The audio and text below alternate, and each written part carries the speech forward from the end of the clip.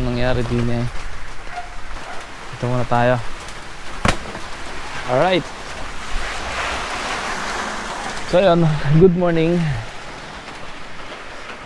So ayan, nagising kami kanina madaling araw, mga 3:30 yata yun.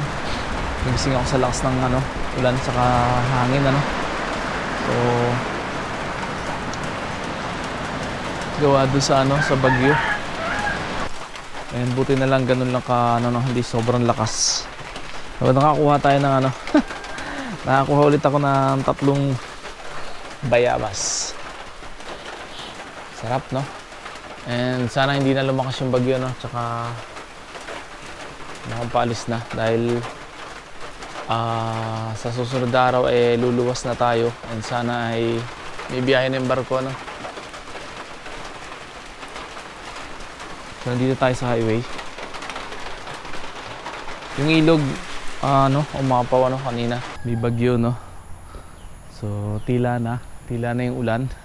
Kaninang umaga malakas yung hangin at saka ulan. Pero ngayon, tumila na. So pagkatapos ng malakas ng ulan, hindi yun nangyari. Dito sa may amin, Ayan, tumas yung tubig sa ilog. Ayan. Umabot siya hanggang dito. Yung ilog nandun, yung talagang ilog lang, parang sapa. So malakas pa yung agos dun, kung nakikita niya. Malayo hindi tayo pwede makalapit dun. Yan, malakas pa yung agos dun. So dito umapaw hanggang dito. Yan, pag sobrang lakas daw ng bagyo at saka ulan, yan, umapaw siya hanggang dito. Pero hindi naman umaabot sa mga kabahayan. Hanggang dito lang. Sarap mamingwit, Mag-aabang ako ng mga naagos na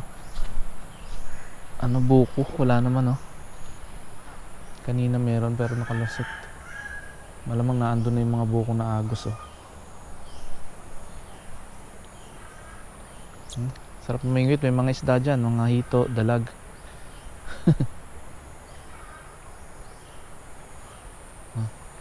Yan, pagka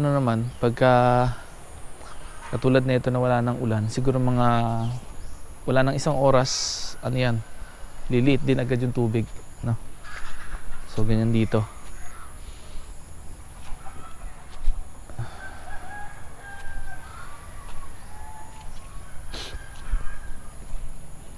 Ayan, may naputol na puno doon, dahil kagabi nga malakas yung hangin hanggang kaninang umaga. Ayan, putol yung sanga.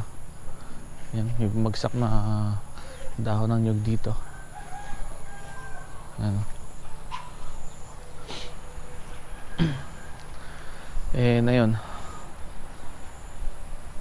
mag-umpisa na naman ulit umulan, and sana palabas na yung bagyo bukas yata ng umaga. So siguro wala nang alon yan ng Makalawa. Yun, pwede na kaming lumuwas, mag-aantay lang kami ng biyahe ng barko. So sa ngayon wala yatang biyahe ng barko, kaya hindi pa tayo pwedeng lumuwas. Tayo dito sa may sapa. Dito ayo.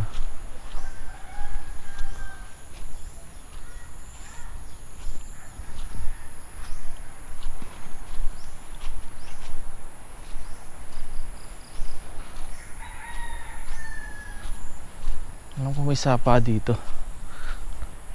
Ayan, nung maliliit pa kami, dito kami namimingwit. Ayan, mga maliliit na sapa lang. Pero ngayon umapaw yung tubig, Hanggang dun.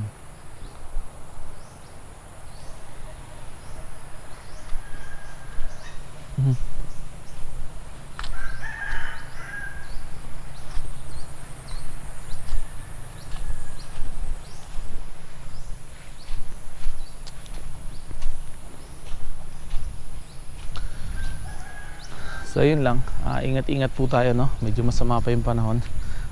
So dapat may lakad kami ngayon pero cancel muna. Okay, so siyempre safety yung importante.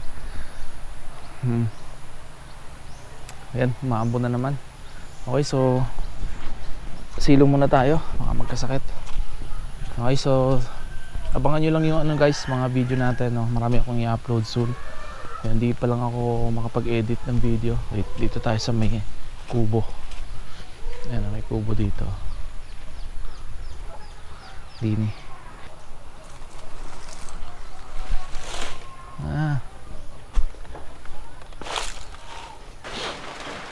Medyo mataas pa yung tubig. And tingin ko pababa na yung tubig dahil tumila na ng medyo mahina na yung ulan. Ewan ko lang mamaya, parang malakas pa. Madilim pa. Madilim. So, ingat-ingat po tayong lahat, no? Sa mga kababayan natin dyan, ingat po tayo. Sa lahat ng mga apektado ng bagyong Ramil. Ayan. Ingat. Okay, good morning. Kape muna tayo. Let's go.